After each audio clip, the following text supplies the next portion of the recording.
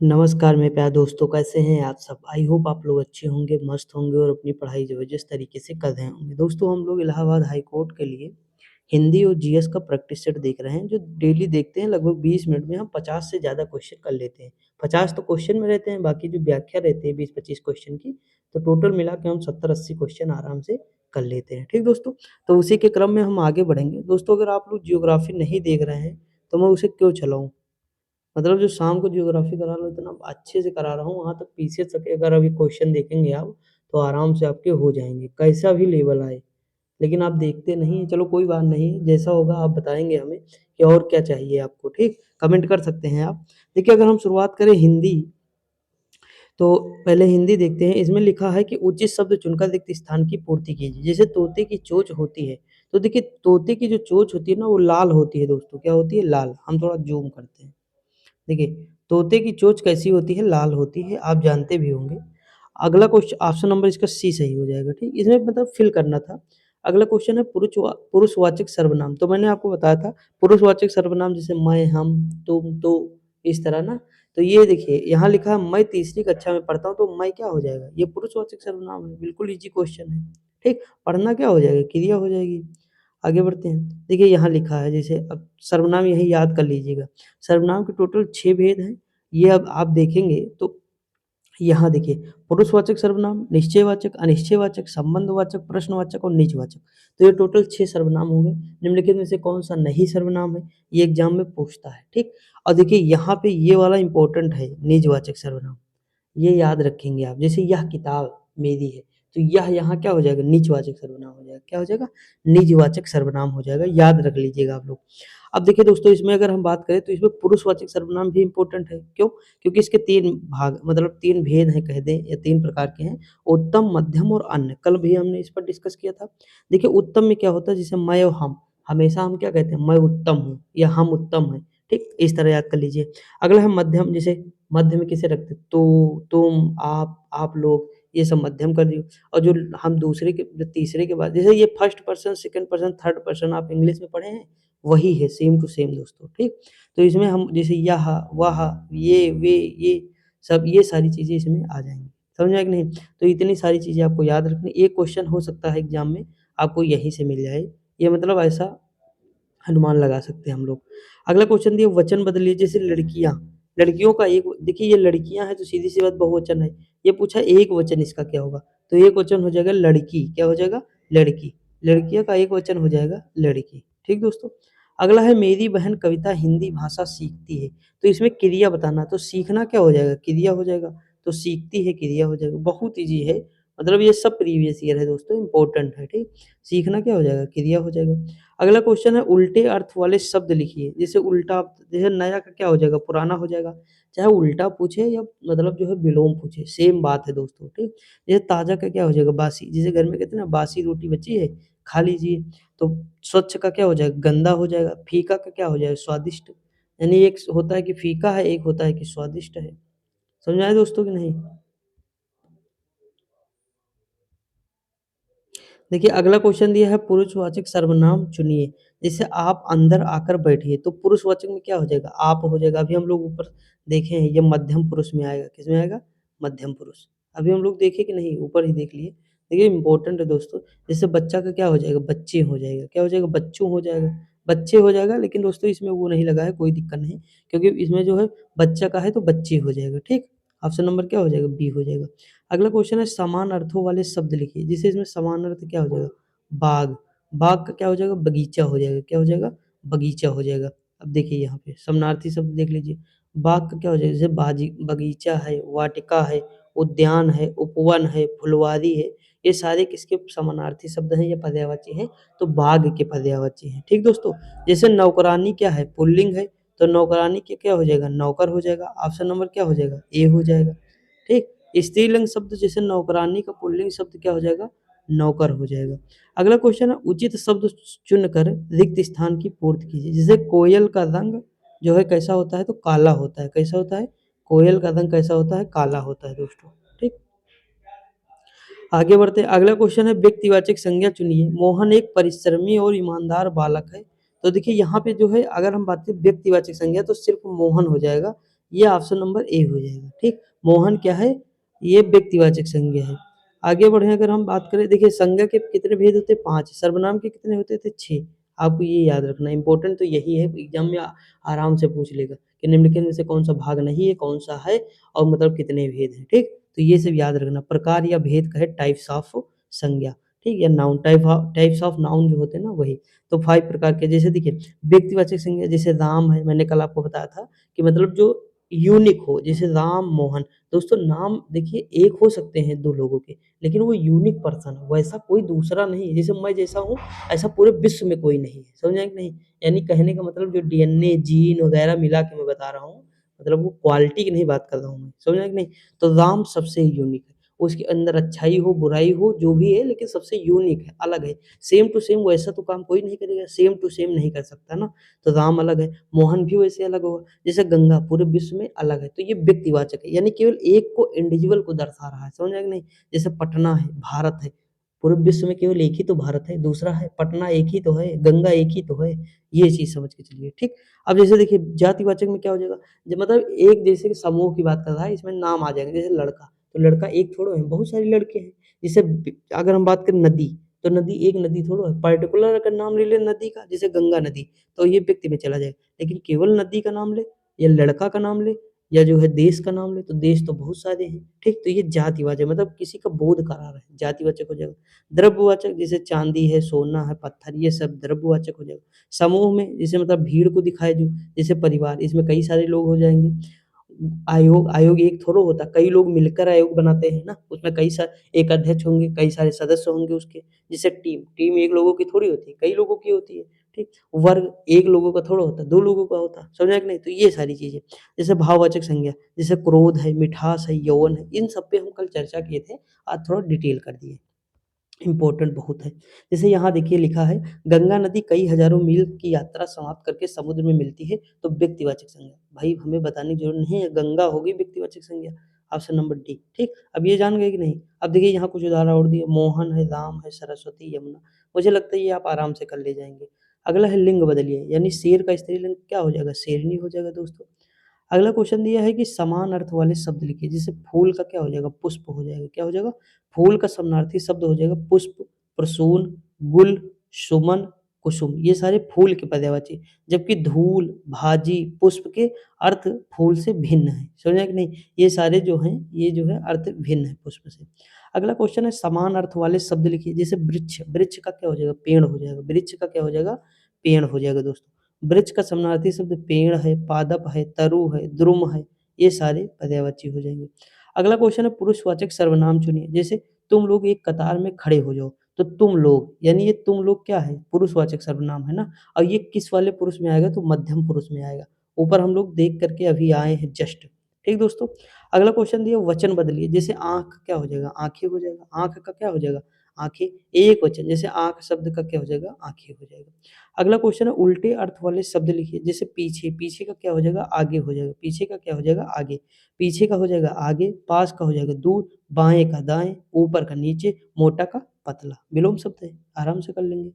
दोस्तों मुझे लगता है हिंदी सच बताएँ ना, तो 25 में 25 नंबर आएँगे, 100% आएँगे। अगर इस तरह की हिंदी अगर आपको नज़र आई, तो 25 में 25 करने लायक हैं और आएँगे, आराम से आएँगे, ठीक?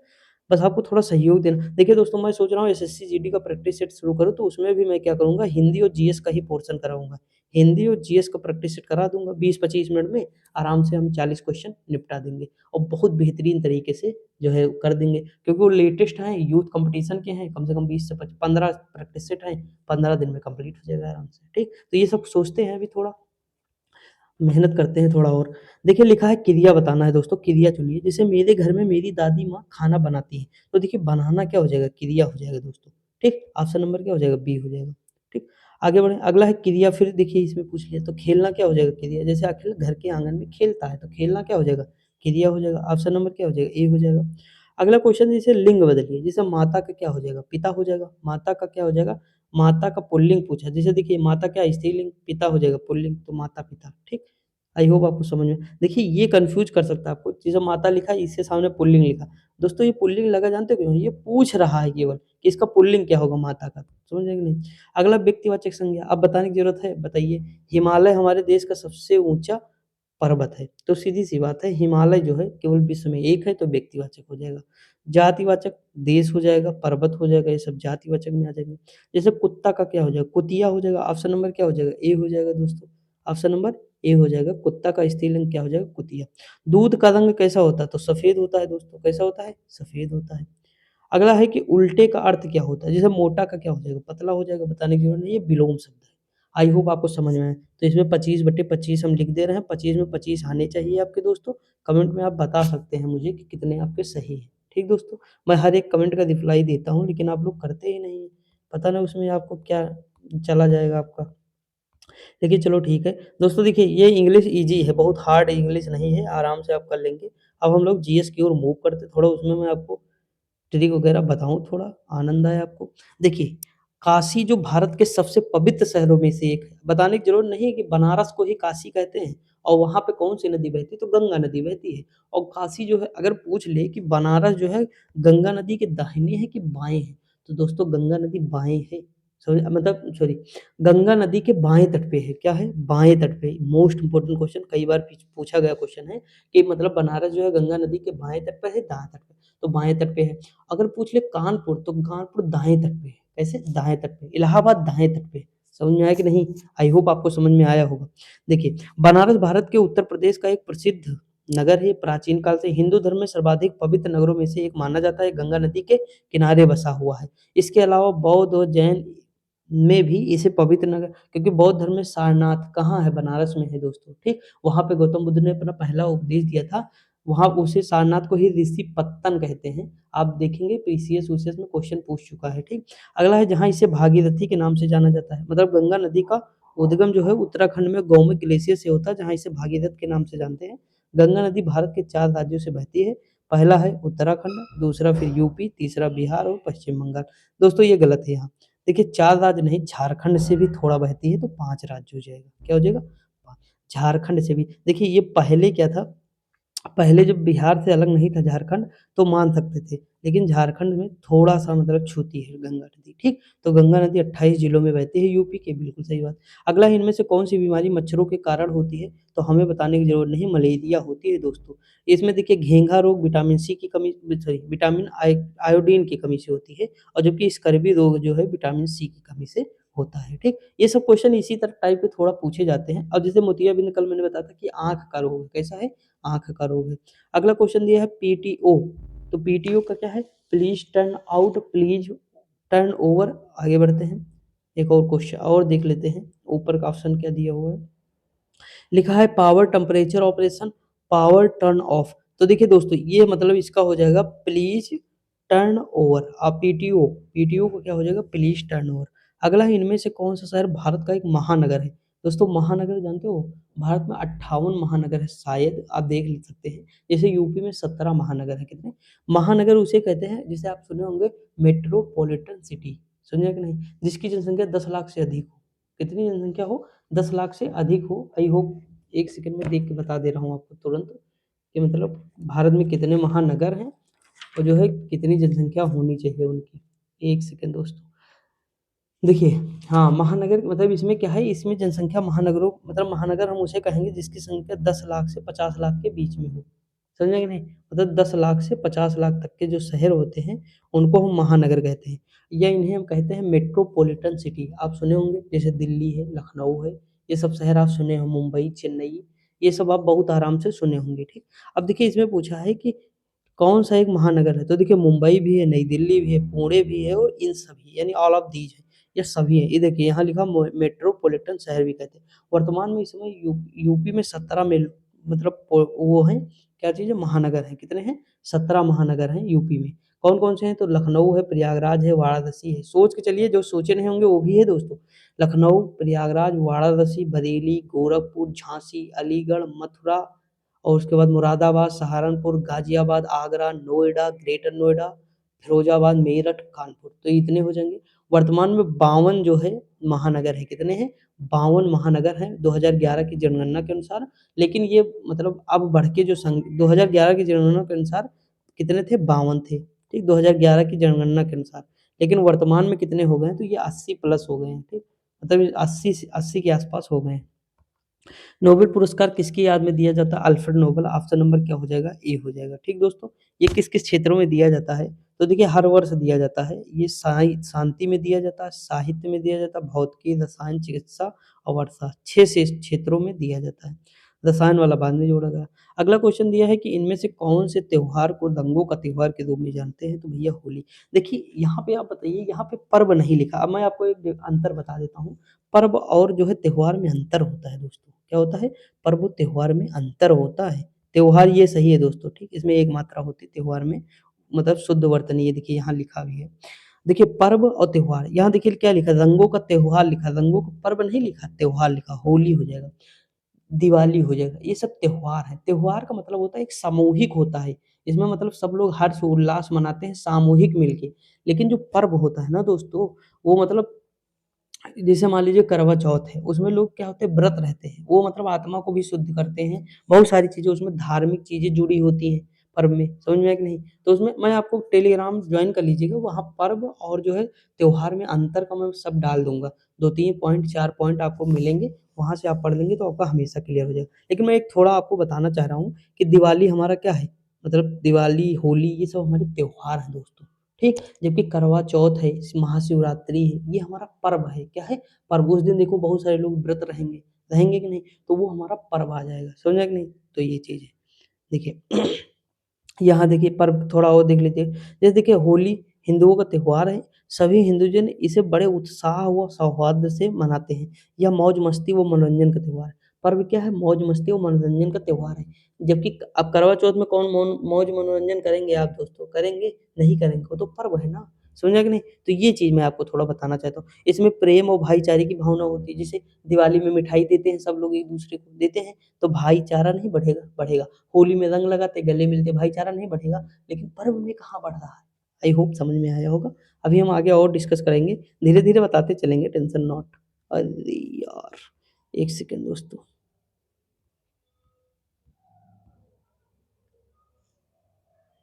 अरे 1 सेकंड दोस्तों, हम बहुत 1 सेकंड वीडियो पॉज़ कर लें। हाँ, ये दोस्तों देखिए यहीं पे हम लोग थे, वो मतलब थोड़ा खिसक गई थी वीडियो ऊपर।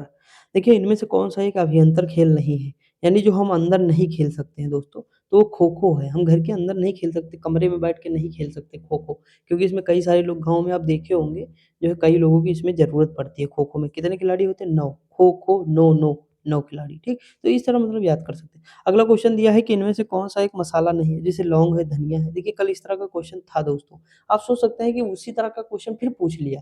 निम्नलिखित में से कौन-सा मसाला नहीं है? जैसे हल्दी है, लौंग है, धनिया, किशमिश कहाँ मसाला? किशमिश तो हमारा एक ड्राई फ्रूट है, जैसे अंगूर को सुखाकर बनाया जाता है। ठीक दोस्तों? आगे बढ़ जाएँ। अगला क्वेश्चन देखते हैं। विराट कोहली कौन से खेल से जुड़े? बताने की ज़रूरत है? यार बहुत ईज़ी क्वेश्चन है सच में, मतलब बताने की ज़रूरत नहीं। दिल्ली के वर्तमान मुख्यमंत्री वो केजरीवाल थे। अगला क्वेश्चन है रामनाथ कोविंद, देखिए उस समय ये पूछा गया था, तो 14वें हो जाएँगे राष्ट्रपति। वर्तमान में द्रौपदी मुर्मू जी हैं, ये देखिए यहाँ 15वें नंबर की है वर्तमान में, और ये द्रौपदी मुर्मू जी हैं। अगला है भारत में शिक्षक दिवस कब मनाया जाता है? तो भाई हमें बताने की ज़रूरत नहीं, 5 सितंबर को मनाया जाता है, सर्वपल्ली राधाकृष्णन के जन्म दिवस पर मनाया जाता है, ये देखिए यहाँ पे। ठीक? हमारे पहले उपराष्ट्रपति थे और दूसरे राष्ट्रपति भी थे। इनमें से कौन-सी एक खरीफ की फसल है? देखिए खरीफ की फसल वो होती है जो जून-जुलाई में बोई जाती है बरसात के समय। धान, गन्ना, गेहूँ, सॉरी गेहूँ नहीं, धान, गन्ना, ठीक क्या हो जाएगा? धान, गन्ना, बाजरा, मक्का, मूँगफली, ये सारी क्या हो जाएँगी? हमारी खरीफ की फसलें हो जाएँगी, ठीक? और जो है कई सारी और भी फसलें हैं, आप याद कर लीजिएगा, ठीक? तो ये सारी फसलें आपको नज़र आएँगी, और नवंबर में जो बोई जाती हैं वो रबी की फसलें होती हैं। जैसे उसमें क्या बोते हैं? जैसे मटर है, आलू है, गेहूँ है, चना है, ठीक? तो ये सारी चीज़ें आपको रबी की फसल में मिलेंगी। आगे बढ़ जाएँ। आई होप आपका रिवीजन हो रहा होगा, मज़ा आ रहा होगा दोस्तों। मैं अपनी पूरी कोशिश करता हूँ कि मैं बेहतरीन आपको दे सकूँ चीज़ें। जितनी मुझे पता है उस क्वेश्चन से रिलेटेड, या जो मेरे माइंड में उस समय चलती हैं, मैं सारी चीज़ें आपको दे देता हूँ। समझ में आया कि नहीं? अगला क्वेश्चन है, इनमें से कौन-सा एक वैज्ञानिक नहीं? APJ Abdul Kalam, sir CV Raman. देखिए रवीन्द्रनाथ टैगोर जी वैज्ञानिक नहीं है, साहित्यिक लेखक थे दोस्तों। एक कवि थे, एक साहित्य के लेखक थे। इनको सबसे पहला नोबेल पुरस्कार कब मिला था? तो 1913 ईस्वी में मिला था। किसके लिए? तो गीतांजलि के लिए मिला था। समझे कि नहीं? अगला क्वेश्चन है, भारत का राष्ट्रीय फल क्या है? दोस्तों राष्ट्रीय फल तो हमारा आम है, टीपू सुल्तान शासक थे, मैसूर के थे। अब देखिए मैसूर से रिलेटेड मैं कुछ चीज़ें आपको बता दूँ। देखिए मैसूर में दोस्तों क्या था, मैसूर में 4 युद्ध हुए, कितने? 4 आंग्ल मैसूर युद्ध आप पढ़े होंगे, 4 युद्ध हुए। पहला हुआ 1767 से 69 हुआ, ठीक? 69 में मैसूर की संधि होती है, कौन-सी होती है? मैसूर की संधि होती है, याद रखेंगे मैसूर की संधि होती है। उसके बाद होता है 1780 से 84, 84 में फिर मंगलोर की संधि होती है। जो ये लास्ट वाला है ना, यही संधि होती है दोस्तों इसी में, जब युद्ध समाप्त होता है मतलब जिस ईयर वही संधि है, तो इसमें मंगलौर की संधि हो जाती है। तीसरा युद्ध होता है 1790 से 92, तो 92 में श्रीरंगपट्टनम की संधि हो जाती है।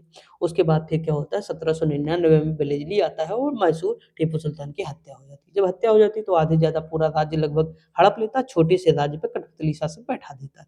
तो इस तरह हम मैसूर के बारे में जान चुके हैं। मैसूर से इतनी चीज़ें हमेशा बनती हैं दोस्तों, मोस्ट इम्पोर्टेंट, और टीपू सुल्तान तो हमारे लिए इम्पोर्टेंट है ही है। इससे बहुत सारी चीज़ें मतलब इसको जाना जाता है, जैसे टाइगर ऑफ मैसूर भी इसे कहते हैं, देख लीजिए। देखिए 99 में मृत्यु हो जाती है, काम खत्म, और 1750 में जन्म होता है। सॉरी दोस्तों। मैसूर राज्य का वास्तविक शासक है, इसका पूरा नाम क्या था? फतेह अली, सुल्तान फतेह अली खान टीपू था। वह हैदर अली और फ़खरुल उन निसा यानी फातिमा बीबा के सबसे बड़े पुत्र थे। टीपू सुल्तान 1761 ईस्वी में मैसूर साम्राज्य के शासक बने, उसकी राजधानी क्या थी? श्रीरंगपट्टनम, और श्रीरंगपट्टनम की संधि कब होती है? तो 1792। क्वेश्चन बहुत पूछता है, देखेंगे आप। गेटवे ऑफ इंडिया, देखिए इंडिया गेट पूछे तो मुंबई लगाना है, इंडिया गेट पूछे तो दिल्ली लगाना, और गेटवे ऑफ इंडिया पूछे तो मुंबई लगाना, ठीक? ये कन्फ्यूज़ नहीं होना है, किसी भी कीमत पे। बेसाल्ट का बना है दोस्तों, ठीक? इसकी मीटर कितनी ऊँचाई है? तो 26 मीटर है। और प्रवेश द्वार का निर्माण कब किया गया? तो जॉर्ज पंचम और रानी मैरी के आगमन पे 1911 के मतलब 2 दिसंबर 1911 में जब आए थे, उसी में किया गया था। इसके वास्तुशिल्प कौन थे? विटैट थे, और ये 1924 में बनकर तैयार हुआ था। अगला इनमें से कौन से जानवर की पीठ पर कुबड़ होता है? बताने की ज़रूरत नहीं है, ऊँट की पीठ पर कुबड़ होता है, इसे रेगिस्तान का जहाज कहते हैं।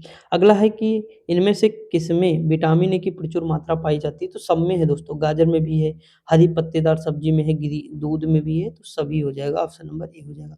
देखिए, इससे क्या होता है, रतौंधी की समस्या हमारी दूर हो जाती है, ठीक? रतौंधी की समस्या हमें नहीं होती विटामिन ए से। अगला क्वेश्चन है, धरती पर सबसे तेज़ भागने वाला जानवर इनमें से कौन-सा है? तो दोस्तों चीता है, क्या है? चीता है, 113 किलोमीटर प्रति घंटे की रफ्तार से दौड़ सकता है। अगला है, भारत का राष्ट्रीय वृक्ष क्या है दोस्तों? तो बरगद है, ठीक? राष्ट्रीय वृक्ष क्या है? बरगद है, जो अमरता का प्रतीक है। अगला, इनमें से कौन से शहर में स्वर्ण मंदिर स्थित है?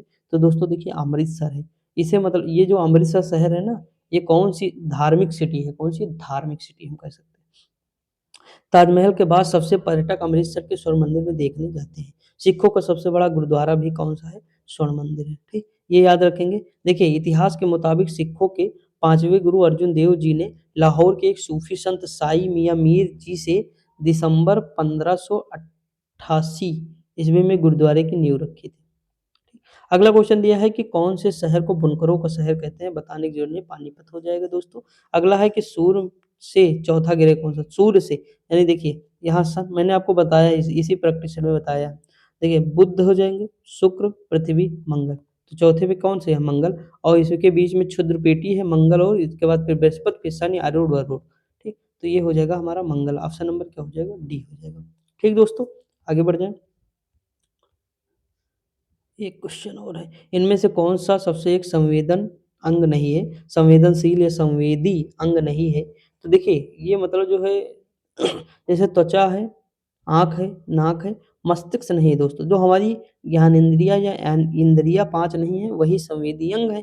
जैसे आँख का काम है देखना, कान का सुनना, त्वचा का छूना, नाक का सूँघना और जीभ का स्वाद लेना। तो ये हमारे सब क्या हैं? ऑर्गन हैं संवेदी, ठीक? तो इसमें मस्तिष्क नहीं आएगा, ऑप्शन नंबर बी नहीं आएगा। तो आई होप आपको समझ में आया होगा, तो पसंद आया करे तो वीडियो शेयर कर दिया करिए, कमेंट करके बता दिया करिए, मनोबल बढ़ा दिया करिए। ये सारी करिए, टेलीग्राम जॉइन कर लीजिए, वहाँ पीडीएफ दे चुका हूँ और चीज़ें एक्सप्लेन करता रहता हूँ। बाकी पढ़ते रहिए, मस्त रहिए, खुश रहिए।